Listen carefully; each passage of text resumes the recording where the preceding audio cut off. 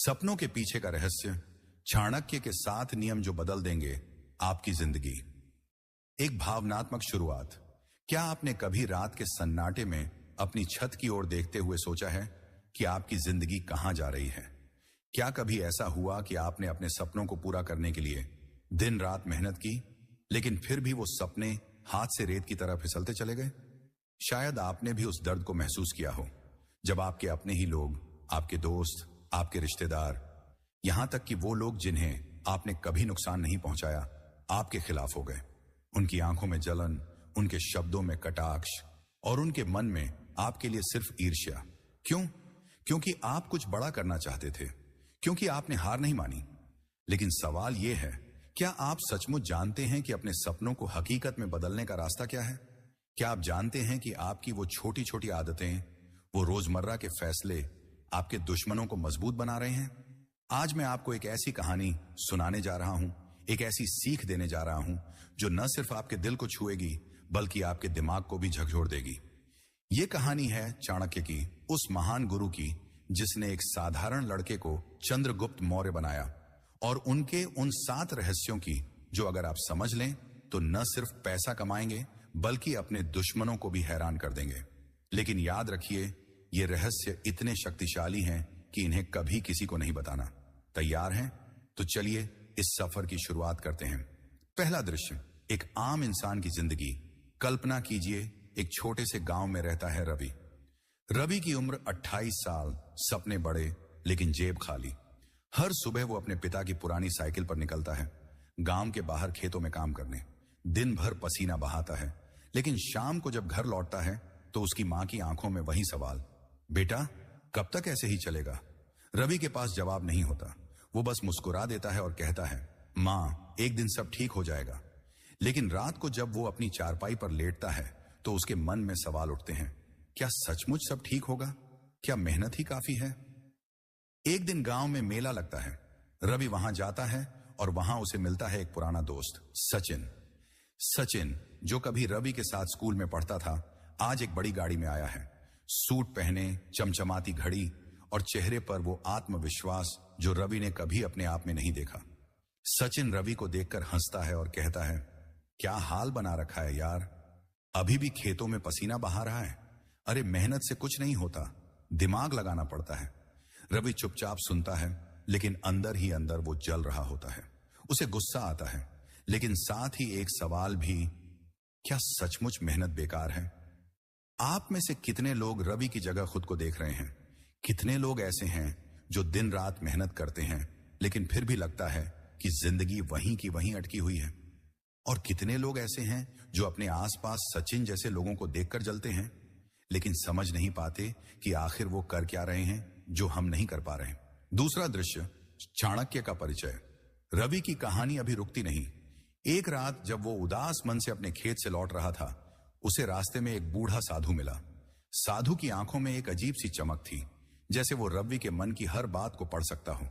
साधु ने रवि को रोका और कहा, बेटा उदास क्यों है? जो चाहिए वो पास है, बस उसे देखने की नजर चाहिए। रवि ने कहा, बाबा मेहनत करता हूं लेकिन कुछ बदलता नहीं, लोग मुझसे आगे निकल जाते हैं। साधु मुस्कुराया और बोला, कभी चाणक्य को पढ़ा है? रवि ने माथा ठोंका, वो तो किताबों में राजा महाराजाओं की बातें हैं, मुझ ऐसे गरीब का क्या लेना देना? साधु हंसा और बोला, चाणक्य कोई जादूगर नहीं था बेटा, वो एक ऐसा इंसान था जिसने समझ लिया था कि दुनिया कैसे चलती है। उसने 7 ऐसे रहस्य खोजे जो पैसा, शक्ति और सम्मान दिला सकते हैं। लेकिन इन रहस्यों को समझने के लिए पहले अपने मन को तैयार करना पड़ता है। क्या तुम तैयार हो? रवि ने हां में सिर हिलाया और उस रात साधु ने उसे पहला रहस्य बताया। पहला रहस्य, अपनी योजना किसी को ना बताई। साधु ने कहा, रवि पहला रहस्य है, अपनी योजना किसी को मत बताना। तुम जो करना चाहते हो, वो सपना जो तुम्हारे सीने में धधक रहा है, उसे अपने तक रखो। क्यों? क्योंकि दुनिया में 2 तरह के लोग हैं, एक वो जो तुम्हारी कामयाबी से जलते हैं और दूसरे वो जो तुम्हें नीचे खींचना चाहते हैं। अगर तुमने अपने प्लान सबको बता दिए तो वो लोग उसे तोड़ने की कोशिश करेंगे। रवि ने पूछा, लेकिन बाबा अपने दोस्तों को भी नहीं? साधु ने कहा, दोस्त भी इंसान हैं बेटा, आज वो तुम्हारे साथ हैं, कल वो तुम्हारे खिलाफ हो सकते हैं। क्या तुमने कभी देखा नहीं कि लोग पहले तारीफ करते हैं और फिर मौका मिलते ही पीठ में छुरा घोंपते हैं? रवि को सचिन की बात याद आई। उसने सोचा, शायद सचिन को पता होता कि मैं भी कुछ बड़ा करने की सोच रहा हूं तो वो और ज्यादा मजाक उड़ाता। आपके साथ भी ऐसा हुआ है ना? कभी किसी को अपने सपने बताए और फिर उसने आपका मजाक उड़ाया, या उसने आपकी योजना किसी और को बता दी और वो सपना अधूरा रह गया। चाणक्य कहते थे, अपने इरादों को छुपाओ और अपने कदमों को तेज करो। यह पहला रहस्य है जो आपको अपने दुश्मनों से बचाएगा। रवि का पहला कदम और दूसरा रहस्य। उस रात साधु की बातें रवि के मन में गूंजती रहीं। पहला रहस्य, अपनी योजना किसी को मत बताना, उसके लिए एक नई रोशनी की तरह था। अगली सुबह जब वो खेत की ओर निकला तो उसने ठान लिया कि अब वो कुछ अलग करेगा। लेकिन क्या, उसके पास न तो पैसा था न कोई बड़ा मौका। फिर भी उसने अपने मन में एक छोटा सा प्लान बनाया। गांव के बाजार में हर हफ्ते एक मेला लगता था और वहां लोग दूर दूर से सामान बेचने आते थे। रवि ने सोचा, क्यों ना मैं भी कुछ बेचूं, कुछ ऐसा जो लोग खरीदना चाहें। उसने अपनी मां से बात की और थोड़े से उधार के पैसों से कुछ मिट्टी के बर्तन खरीदे। उसका प्लान था कि वो इन्हें मेले में बेचेगा, लेकिन इस बार उसने किसी को नहीं बताया, न अपने दोस्तों को न अपने पड़ोसियों को। उसने पहला रहस्य याद रखा। मेले के दिन वो सुबह जल्दी उठा, बर्तनों को साइकिल पर लादा और बाजार की ओर चल पड़ा। रास्ते में उसे सचिन मिला। सचिन ने हंसते हुए कहा, अरे रवि, ये क्या ढो रहा है? कहीं बर्तन बेचने तो नहीं जा रहा? रवि ने मुस्कुराकर कहा, नहीं यार, बस मां के लिए कुछ ले जा रहा हूं। सचिन हंसा और चला गया। रवि ने मन ही मन सोचा, अच्छा हुआ मैंने सच नहीं बताया। मेले में रवि ने अपनी छोटी सी दुकान लगाई।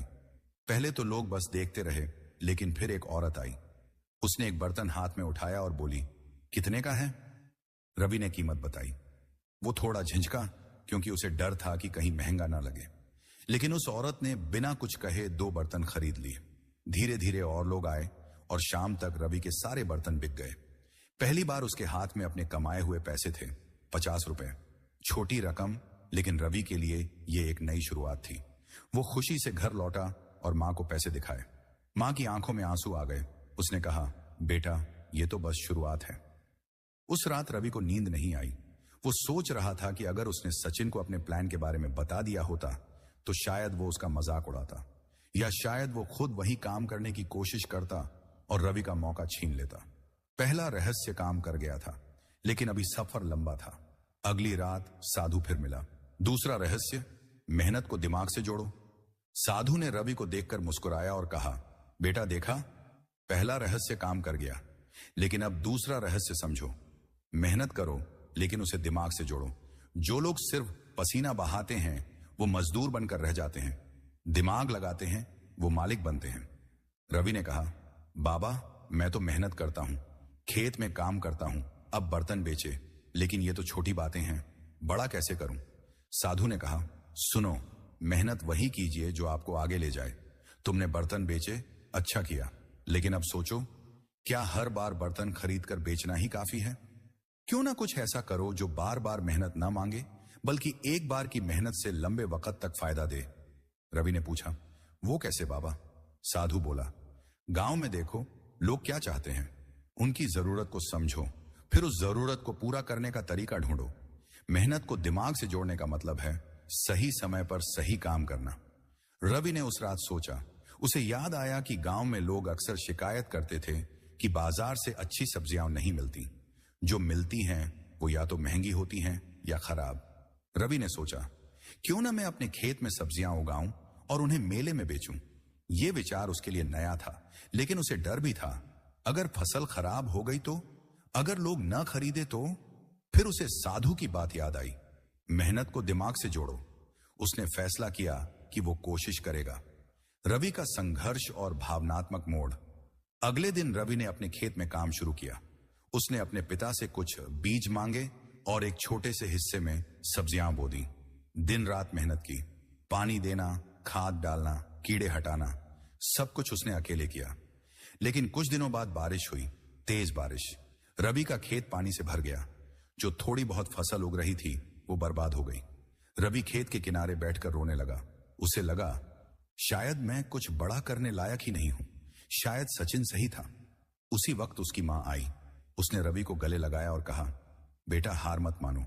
जो लोग बड़े बनते हैं वो बार बार गिरते हैं, लेकिन वो उठते भी हैं।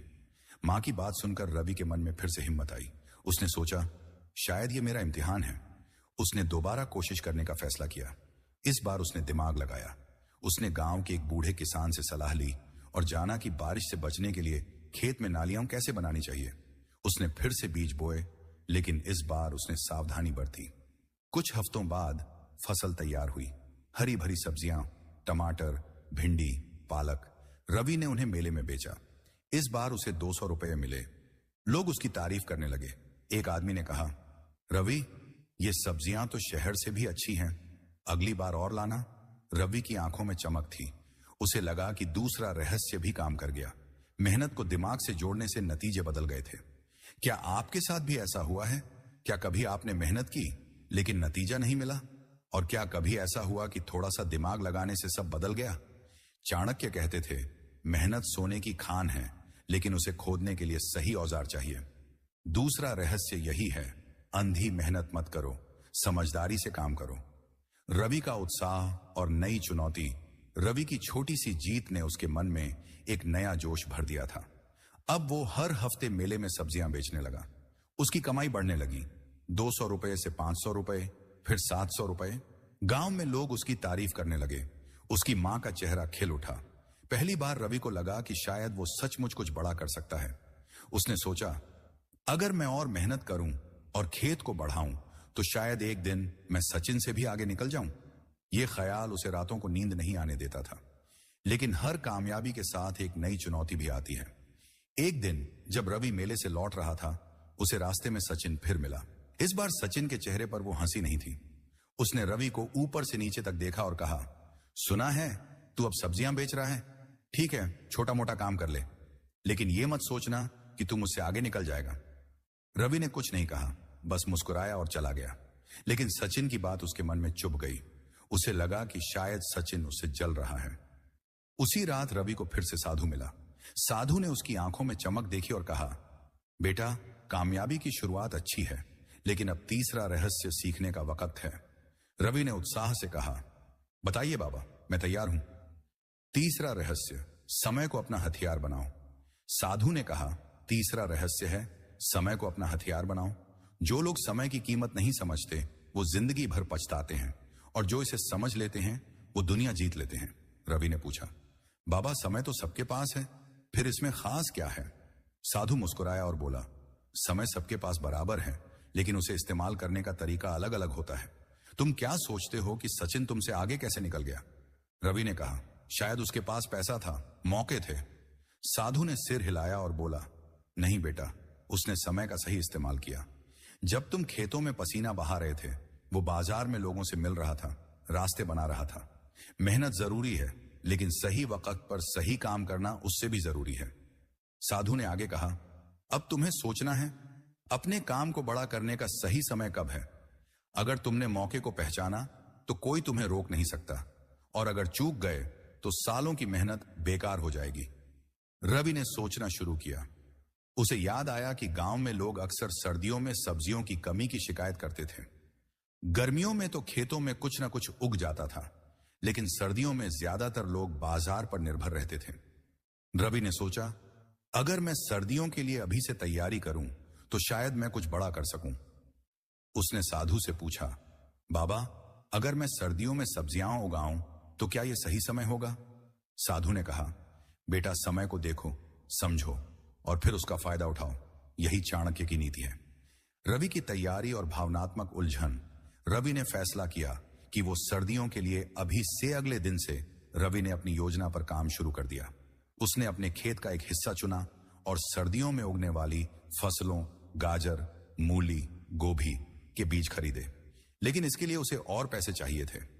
उसने अपनी मां से बात की। मां ने कहा, बेटा, हमारे पास जो थोड़ा बहुत गहना है उसे बेच दो, मुझे बस तुझ पर भरोसा है। रवि की आंखें नम हो गईं। उसने मां के हाथों को चूमा और कहा, मां, मैं तुम्हें कभी निराश नहीं करूंगा। रवि ने गहने बेचे और सारा पैसा खेत में लगाने की तैयारी शुरू कर दी। दिन रात मेहनत की, लेकिन इस बार उसने तीसरे रहस्य को याद रखा, सही समय का इंतजार। सर्दियां आने में अभी 2 महीने बाकी थे। उसने सोचा, अगर मैं अभी से तैयारी करूं तो जब सर्दियां आएंगी मेरी फसल तैयार होगी। उसने खेत में नालियां बनाई, पानी की व्यवस्था की और बीज बो दी। लेकिन मुश्किलें अभी खत्म नहीं हुई थीं। एक दिन जब वो खेत में काम कर रहा था, गांव का एक बड़ा जमींदार रघु वहां आया। रघु ने रवि को देखा और कहा, सुना है तू अब बड़ा आदमी बनने की सोच रहा है। ये खेत देख कितना छोटा है, मेरे पास 100 बीघा जमीन है, तू क्या कर लेगा? रवि ने चुपचाप सिर झुकाया और कहा, मैं बस कोशिश कर रहा हूं साहब। रघु हंसा और बोला, देखते हैं तेरा ये सपना कब टूटता है। रघु के जाने के बाद रवि अकेला खेत में बैठ गया। उसे अपने ऊपर शक होने लगा। क्या मैं सचमुच कुछ कर पाऊंगा? क्या आपने कभी समय का इंतजार किया है? क्या कभी ऐसा हुआ कि आपने सही वक्त का फायदा उठाया और सब बदल गया? चाणक्य कहते थे, समय सबसे बड़ा शिक्षक है, लेकिन ये अपने शिष्यों को मारकर सिखाता है। तीसरा रहस्य यही है, समय को समझो, उसका इंतजार करो और फिर उसे अपना हथियार बनाओ। रवि ने ऐसा ही किया और उसका नतीजा क्या हुआ वो आगे की कहानी में पता चलेगा। रवि की प्रगति और नया मोड़। समय बीतता गया, रवि की मेहनत रंग लाई। सर्दियां आईं और उसके खेत में हरी भरी सब्जियां तैयार थीं। जब वो मेले में इन्हें लेकर गया तो लोगों की भीड़ लग गई।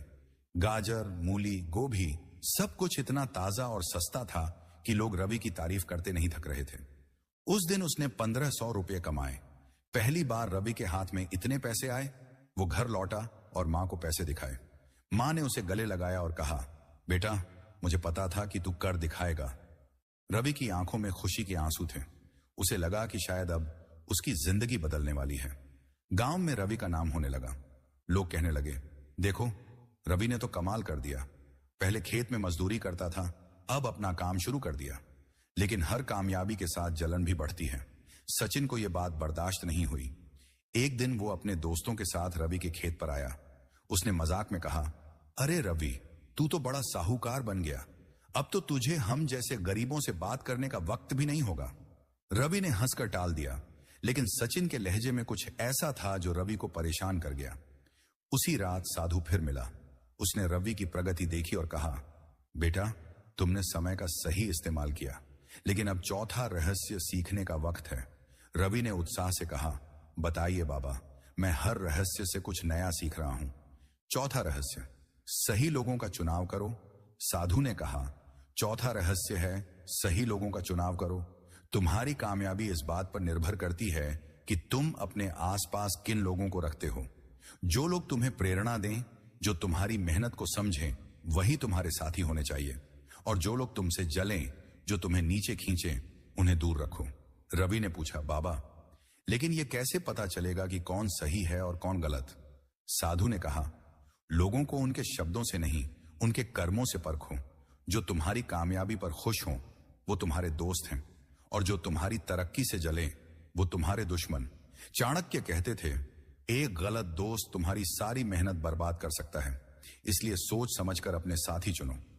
रवि ने सचिन के बारे में सोचा। उसे लगा कि शायद सचिन उसका दोस्त नहीं, बल्कि उसकी राह का कांटा है। साधु ने आगे कहा, लेकिन सिर्फ दुश्मनों से बचना ही काफी नहीं, तुम्हें ऐसे लोग भी ढूंढने होंगे जो तुम्हें आगे बढ़ने में मदद करें। अकेले इंसान कुछ नहीं कर सकता। सही लोगों का साथ तुम्हारी ताकत को 10 गुना बढ़ा देगा।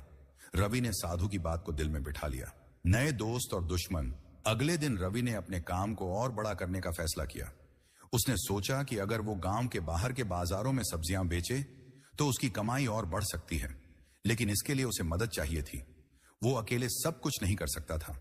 उसने गांव में एक लड़के कमल को देखा। कमल गरीब था, लेकिन मेहनती था। रवि ने उससे बात की और कहा, कमल मेरे साथ काम करेगा? मैं तुझे हिस्सा दूंगा। कमल की आंखें चमक उठी। उसने कहा, भैया मुझे बस एक मौका चाहिए, मैं आपके साथ हूं। रवि और कमल ने मिलकर काम शुरू किया। कमल खेत में मदद करता और रवि सब्जियां बेचने जाता। धीरे धीरे उनकी जोड़ी मशहूर होने लगी। लोग कहते, रवि और कमल की सब्जियां सबसे अच्छी हैं।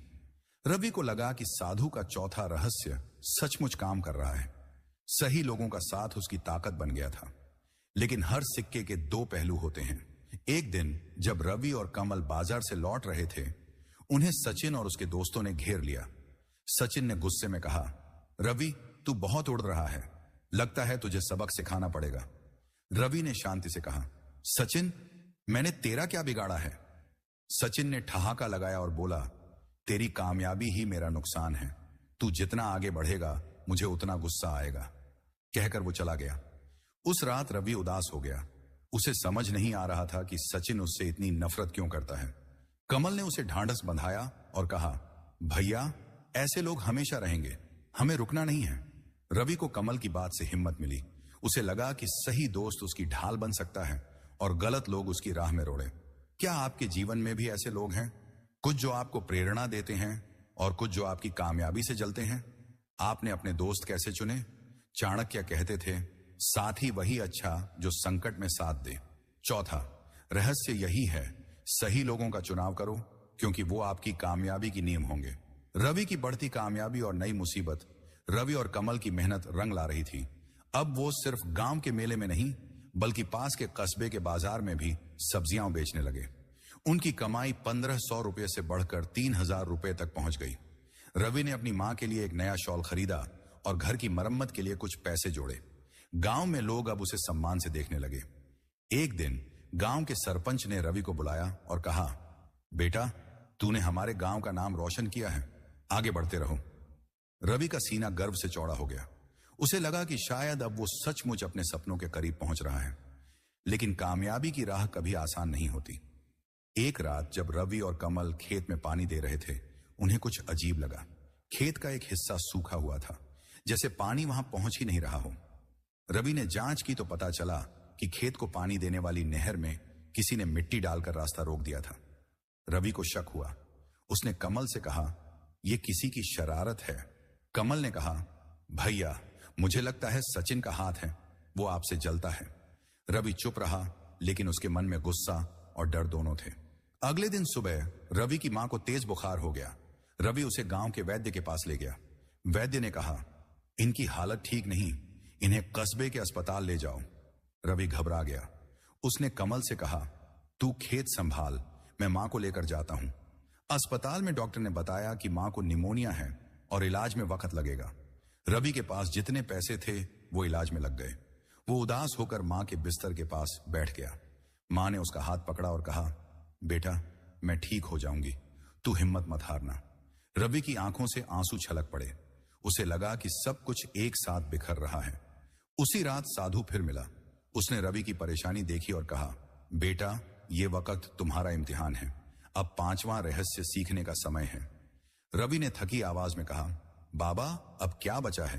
सब कुछ खत्म हो रहा है। 5वां रहस्य, धैर्य की शक्ति। साधु ने कहा, 5वां रहस्य है, धैर्य की शक्ति को समझो। जो लोग मुसीबत में टूट जाते हैं वो कभी बड़े नहीं बनते, और जो लोग धैर्य रखते हैं वो हर तूफान को पार कर जाते हैं। रवि ने कहा, बाबा, लेकिन मेरी मां बीमार है, मेरा खेत बर्बाद हो रहा है, मैं कितना धैर्य रखूं? साधु ने जवाब दिया, धैर्य का मतलब हाथ पर हाथ रखकर बैठना नहीं।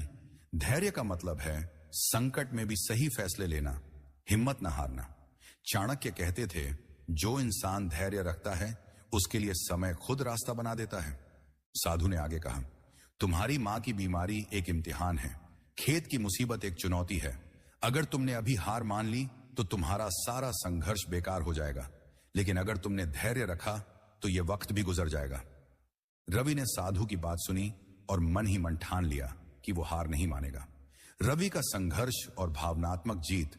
अगले दिन रवि ने कमल को बुलाया और कहा, हमें खेत ठीक करना है, भी चलता रहेगा। कमल ने कहा, भैया, मैं आपके साथ हूं।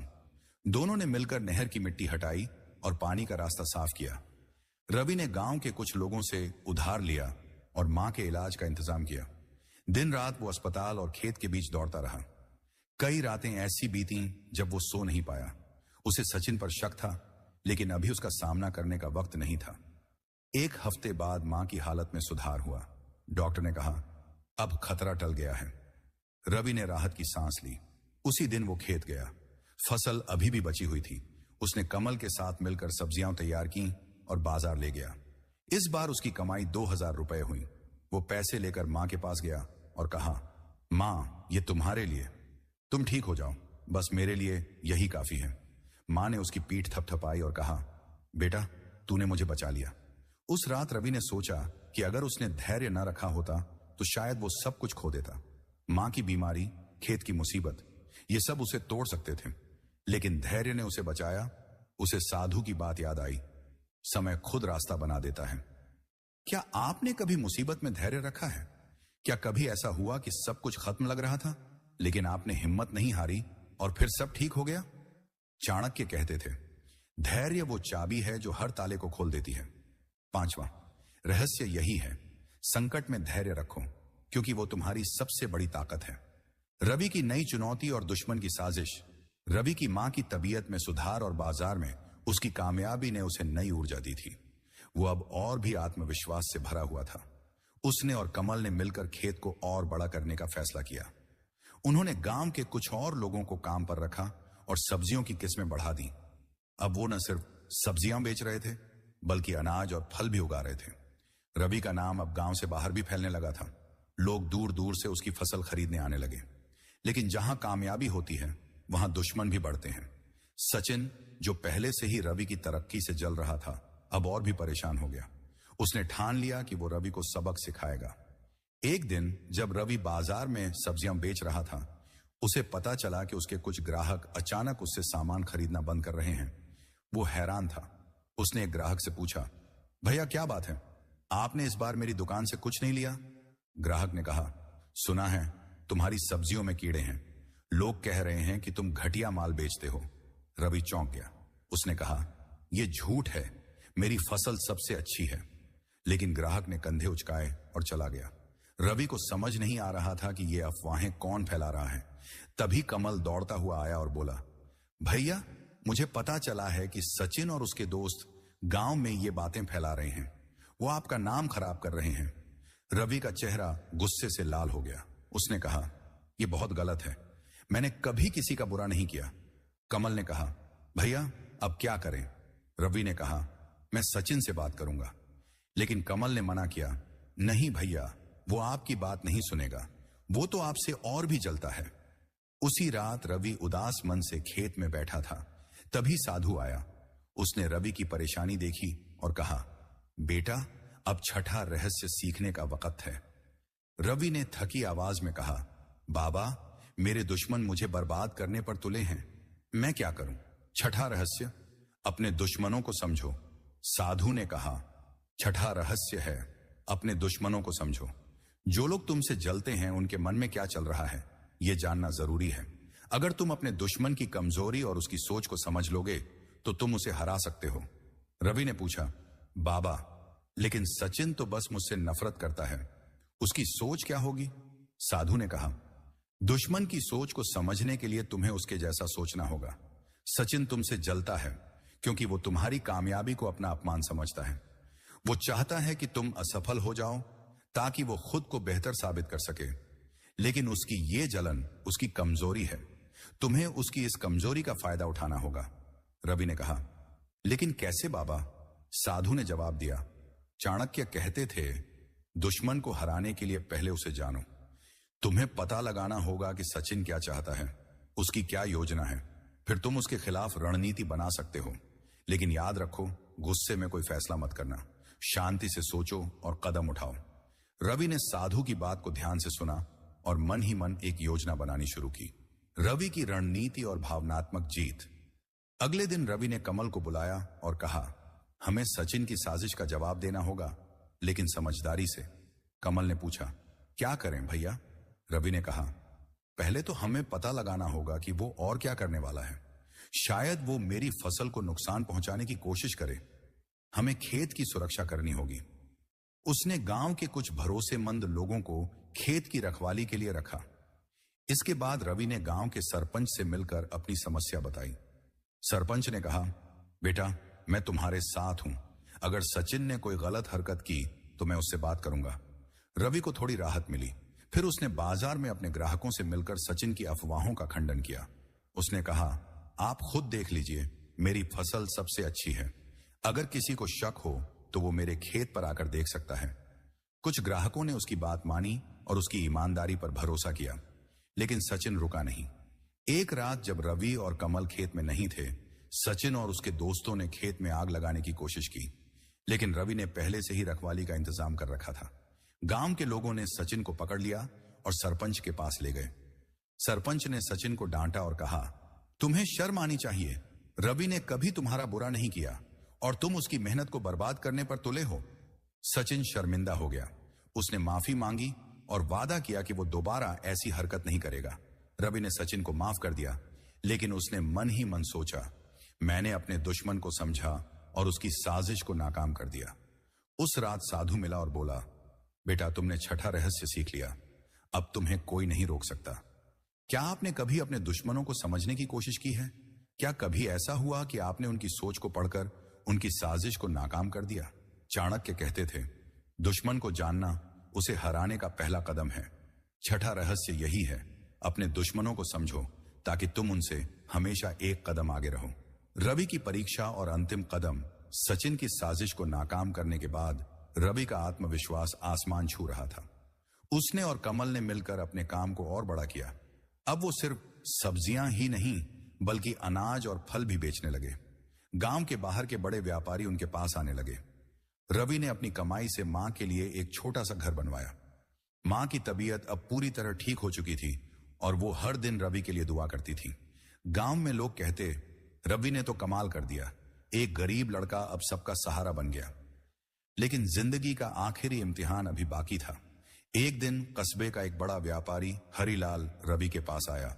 उसने कहा, रवि, मैं तुम्हारी मेहनत से प्रभावित हूं, मेरे साथ साझेदारी करो। हम मिलकर शहर में एक बड़ा कारोबार शुरू करेंगे। तुम अपनी फसल मुझे दो, मैं उसे 2 गुने दाम पर बेचूंगा।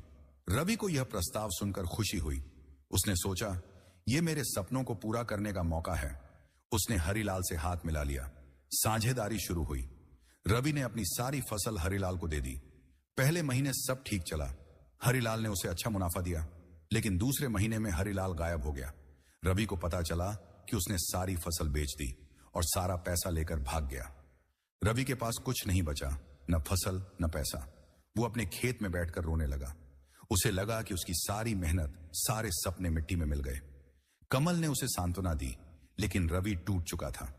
उसी रात साधु आखिरी बार मिला। उसने रवि की हालत देखी और कहा, बेटा, ये तुम्हारी आखिरी परीक्षा है। अब 7वां और अंतिम रहस्य सीखने का वक्त है। रवि ने हताश होकर कहा, बाबा, अब क्या बचा है? सब खत्म हो गया। 7वां रहस्य, अपने लक्ष्य पर अडिग रहो। साधु ने कहा, 7वां रहस्य है, अपने लक्ष्य पर अडिग रहो। जो लोग मुश्किलों में डगमगा जाते हैं वो कभी मंजिल तक नहीं पहुंचते, और जो लोग हर हाल में अपने सपनों को थामे रहते हैं वो दुनिया बदल देते हैं। रवि ने कहा, बाबा, मेरा सब कुछ चला गया, अब मैं क्या करूं? साधु ने जवाब दिया, सब कुछ खत्म नहीं हुआ बेटा। तुम्हारा हौसला, तुम्हारी मेहनत, तुम्हारा अनुभव, ये सब अभी भी तुम्हारे पास है। हार तब होती है जब तुम मन से हार मान लो। साधु ने आगे कहा, चाणक्य कहते थे, सपने वो नहीं जो सोते वक्त देखे जाते हैं, सपने वो हैं जो तुम्हें सोने न दें। तुम्हारा लक्ष्य पैसा कमाना नहीं, बल्कि अपने और अपने परिवार के लिए बेहतर जिंदगी बनाना था। क्या वो सपना मर गया? नहीं, तो फिर से उठो। रवि ने साधु की बात सुनी और अपने आंसू पोंछे। उसने सोचा, शायद बाबा सही हैं, मैं अभी भी हारा नहीं हूं। दिन रवि ने कमल को बुलाया और कहा, हम फिर से शुरू करेंगे। हरिलाल ने हमें धोखा दिया, लेकिन हमारा हौसला कोई नहीं छीन सकता। कमल ने कहा, भैया, मैं आपके साथ हूं। रवि ने गांव वालों से थोड़ा उधार लिया और फिर से खेत तैयार किया। इस बार उसने हरिलाल जैसों पर भरोसा नहीं किया। उसने खुद बाजार में जाकर अपने पुराने ग्राहकों से मुलाकात की। उसने कहा, मुझे एक बार फिर मौका दो, मैं आपको निराश नहीं करूंगा। उसकी ईमानदारी देखकर लोग फिर से उससे खरीदने लगे। धीरे धीरे रवि की कमाई पटरी पर लौटी। उसने अपना कर्ज चुकाया और एक छोटी सी दुकान खोली, जहां वो अपनी फसल बेचने लगा। 1 साल बाद उसकी दुकान गांव की सबसे मशहूर दुकान बन गई। सचिन, जो कभी उसका मजाक उड़ाता था, अब चुपचाप उसकी तरक्की देखता रहता। एक दिन गांव के मेले में रवि को सम्मानित किया गया। मां मंच पर उसके साथ खड़ी थी और उसकी आंखों में गर्व के आंसू थे। रवि ने माइक हाथ में लिया और कहा, यह सब मेरी मां और मेरे दोस्त कमल की वजह से हुआ, और उस साधु की जिसने मुझे सिखाया कि सपनों को कभी मत छोड़ो। उस रात जब रवि अपने नए घर की छत पर खड़ा था, उसे लगा कि उसने सचमुच अपने दुश्मनों को हरा दिया। न सिर्फ सचिन को, बल्कि अपनी कमजोरियों को भी। सातवां रहस्य उसकी जीत का आधार बन गया था। तो आप क्या सोचते हैं? क्या आप अपने लक्ष्य पर अडिग रहते हैं या मुश्किलों में टूट जाते हैं? चाणक्य कहते थे, जो अपने सपनों को नहीं छोड़ता, दुनिया उसी के सामने झुकती है। सातवां रहस्य यही है, अपने लक्ष्य पर अडिग रहो, क्योंकि यही तुम्हारी असली ताकत है। रवि की कहानी यहीं खत्म होती है, लेकिन उसकी सीख हमारे साथ रहती है। 7 रहस्य: अपनी योजना छुपाना, मेहनत को दिमाग से जोड़ना, समय को हथियार बनाना, सही लोगों का चुनाव करना, धैर्य रखना, अपने दुश्मनों को समझना और अपने लक्ष्य पर अडिग रहना। ये सिर्फ रवि की नहीं, आपकी भी जिंदगी बदल सकते हैं। तो सोचिए, आपके सपने क्या हैं, आपके दुश्मन कौन हैं और आप उन्हें कैसे हराएंगे?